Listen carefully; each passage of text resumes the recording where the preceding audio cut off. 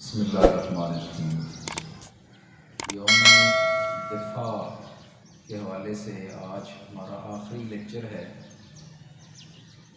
آپ نے دیکھا کہ بہت سارے دنوں سے اسی موضوع پر ہم بات کر رہے ہیں۔ میری کوشش یہ ہوتی ہے کہ آپ میں سے جو بچے باقاعدگی کے ساتھ یہ لیکچر سنتے ہیں اور یاد رکھتے ہیں، ان کے لیے اپنی عملی زندگی کے لیے یہ لیکچرز ایک قیمتی سرمایہ بن جاتے ہیں۔ تو اس لیے میں ایک ترتیب کے ساتھ آپ بچوں کو یہ ساری باتیں میں سمجھاتا ہوں، اور ان لیکچرز کی مثال بارش کی ہے کہ بارش پہاڑوں پر بھی برستی ہے، بارش میدانوں اور کھیتوں، فصلوں اور گندگی کے ڈھیروں پر بھی برستی ہے،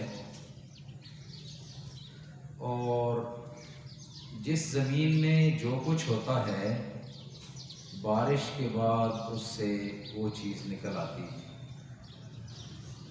اور پتھروں پر اگر بارش ہوتی بھی رہے تو پتھروں سے کوئی چیز نہیں نکلتی، اور پتھروں پر بارش کا کوئی فائدہ بھی نہیں ہوتا۔ آپ بچے سمجھ رہے ہوں گے اس بات کو۔ مجھے امید ہے کہ آپ بچوں میں سے کوئی بچہ پتھر کی مانند نہیں ہوگا، بلکہ آپ سب زرخیز زمین کی مانند ہیں کہ جس پر بارش ہوتی ہے تو اس میں سے فصلوں کے بیج نکل آتے ہیں اور کھیتیاں لہلہانا شروع ہو جاتی ہیں۔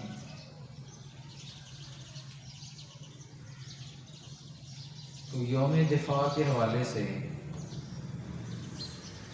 جو بات آج آخری بات میں آپ کو سمجھانا چاہتا ہوں، ہم لوگ جب بھی کوئی بات کرتے ہیں تو یاد رکھنا چاہیے کہ سب سے پہلی بات یہ ہے کہ ہم مسلمان ہیں۔ ہم نے ہر بات اپنے دین کو سامنے رکھ کر کرنا ہے۔ ہم نے اپنا دفاع، اپنے ملک کا دفاع، اپنے دین کا دفاع کرنا ہے، اور یہ دفاع کرنے کی کوشش کرنا ہمارے اوپر بحیثیت مسلمان فرض ہے۔ ہمیں اپنی جو تاریخ ہے مسلمانوں کی یا اسلاف کی، وہ ہمیں بتاتی ہے کہ اسلام اور کفر، حق اور باطل کے درمیان جب بھی مقابلے ہوئے تو ان مقابلوں کے اندر مسلمان یہ بات نہیں دیکھتا کہ جنگ جیتا کون ہے اور ہارا کون ہے۔ یاد رکھیں کہ مسلمان کبھی جنگ ہارا نہیں کرتے۔ آپ کو پتہ ہے کہ مسلمان اگر جنگ کے دوران شہید ہو جائے تو بھی وہ کامیاب ہے، اور اگر کافروں کو شکست دے دے تو بھی کامیاب ہے۔ یاد رکھنا ہے، مسلمانوں کی تاریخ میں جنگ بدر بھی ہے اور جنگ احد بھی ہے۔ رسول اللہ صلی اللہ علیہ وسلم کے زمانے کے اندر بھی کئی دفعہ مسلمانوں کو ہزیمت اٹھانا پڑی، پیچھے ہٹنا پڑا، بہت نقصان اٹھانا پڑا دنیاوی لحاظ سے۔ پھر کربلا کا واقعہ بھی میں نے آپ کو سنایا تھا۔ امام حسین رضی اللہ تعالی عنہ، اب ظاہری طور پر آپ کا کیا خیال ہے؟ امام حسین کے سارے خاندان کو کربلا کے میدان میں شہید کر دیا گیا، تو ناکامی تو یزید کی تھی۔ اب ظاہری طور پر تو دنیا تو کہے گی کہ انہوں نے امام حسین کی فوج کو شکست دے دی، لیکن یہی چیز میں آپ کو جو آخری بات آج بتا رہا ہوں، اور یہ بہت ہی کام کی بات ہے، اس کو پلے باندھ لیں کہ مسلمان کو کبھی شکست نہیں ہوتی، اسلام کو کبھی شکست نہیں ہوتی۔ اسلام ہر صورت میں سربلند رہتا ہے، فتح اسلام کی ہوتی ہے۔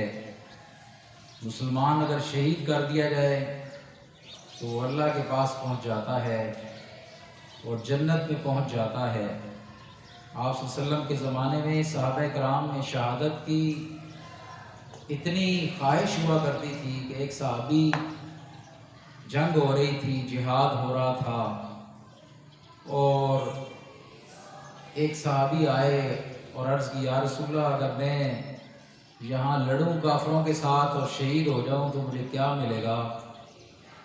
آپ صلی اللہ علیہ وسلم نے فرمایا کہ جنت ملے گی۔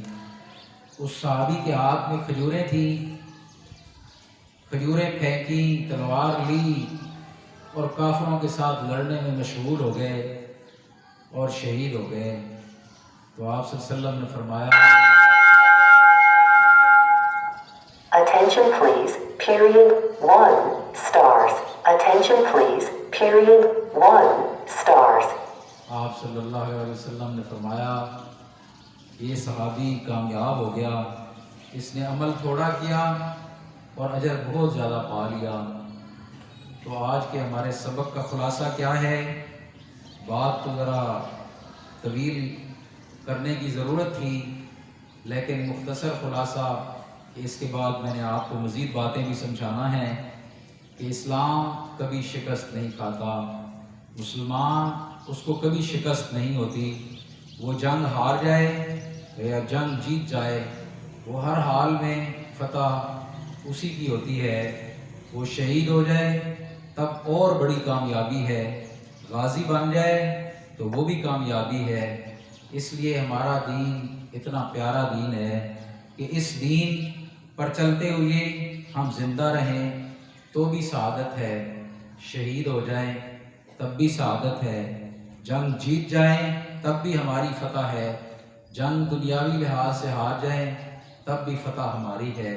اس بات کو ہمیشہ کے لیے یاد رکھنا ہے۔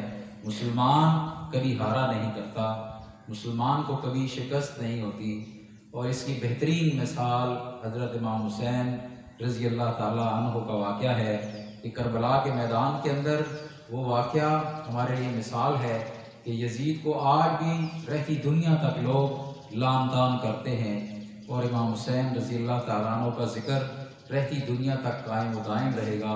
تو فتح کس کی ہوئی؟ امام حسین کی ہوئی۔ شکست کس کی ہوئی؟ یزید کی ہوئی۔